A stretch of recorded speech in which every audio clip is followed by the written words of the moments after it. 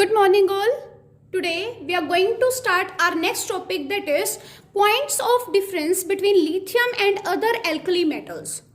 So let's see it. First is when lithium react with water, it form lithium hydroxide plus it releases hydrogen gas.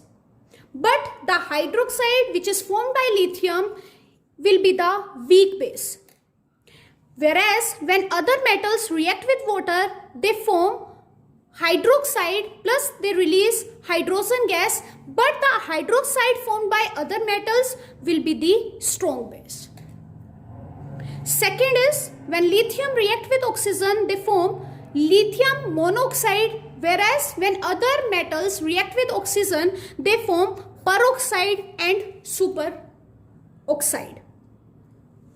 Next is when metal react with hydrogen, they form metallic hydride, which is unstable, whereas when lithium react with hydrogen, it form lithium hydride, which is a stable metallic hydride. Next is when lithium react with halogen, it form lithium halide, which is soluble, whereas when other metals react with halogen, they form metallic halide, which is insoluble. So these were the some points of difference between lithium and other alkali metals.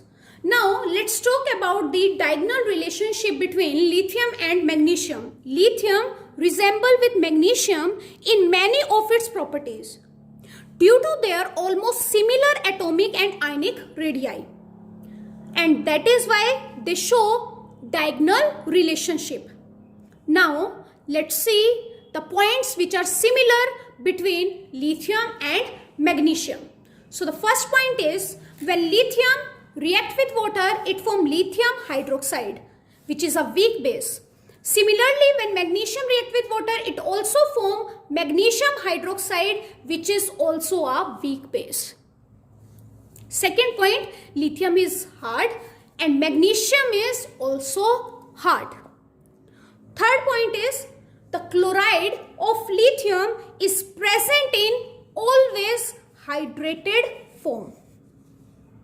Similarly, the chlorides of magnesium is also present in the hydrated form. Next point is the carbonate of lithium easily decomposes on heating and it gives carbon dioxide.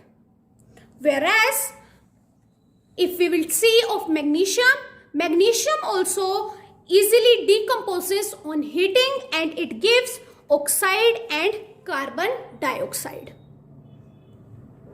Next reaction is when lithium react with nitrogen on heating, it gives lithium nitride. Similarly, when magnesium react with nitrogen on heating, it will give magnesium nitride. So I hope you have understood these points. Now let's check the chemical properties of group 2 elements.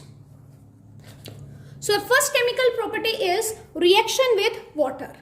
Beryllium doesn't react with cold as well as hot water in the form of steam, whereas magnesium can react with hot water and it forms magnesium hydroxide plus it releases hydrogen gas.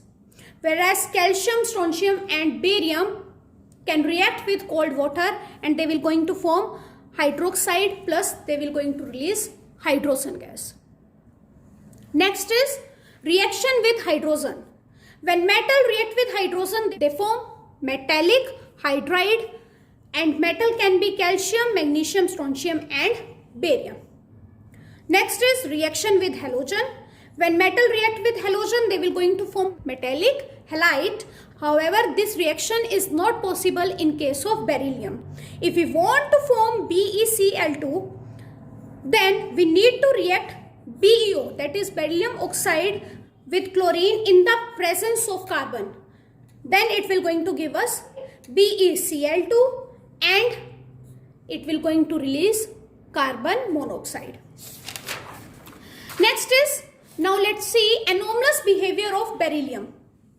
Beryllium show anomalous behavior again due to small size due to high ionization enthalpy, and third reason is due to the absence of vacant d orbital.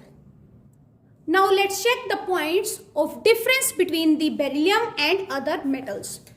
So let's see, beryllium is hard whereas other metals are soft.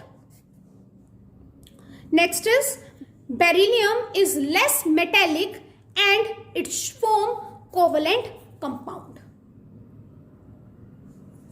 Next is, melting and boiling point and the ionization enthalpy of beryllium is highest. Fourth is, beryllium oxide and beryllium hydroxide are of amphoteric nature, whereas other oxides and hydroxides of other metal are basic in nature. So the first point is beryllium is hard. Second point is beryllium is less metallic and due to this it forms covalent compound. The melting, boiling point and ionization enthalpy of beryllium is highest. Beryllium oxide and hydroxide are of amphoteric nature, whereas other metals form oxides and hydroxide of basic nature. Now let's see the points between beryllium and aluminium. First point is they both form covalent compound due to small size. Second point, both do not react with acid due to the presence of thin layer of oxide. Third point, beryllium hydroxide and aluminium hydroxide both dissolve in excess of alkali to give the soluble complexes, that is BeOH4 2 negative and aluminium OH4 negative. Next is both give hydroxide and methane on the hydrolysis of carbides. So I hope you have understood today's topic. With this, we are completing our chapter. That's all for today. Have a nice day ahead.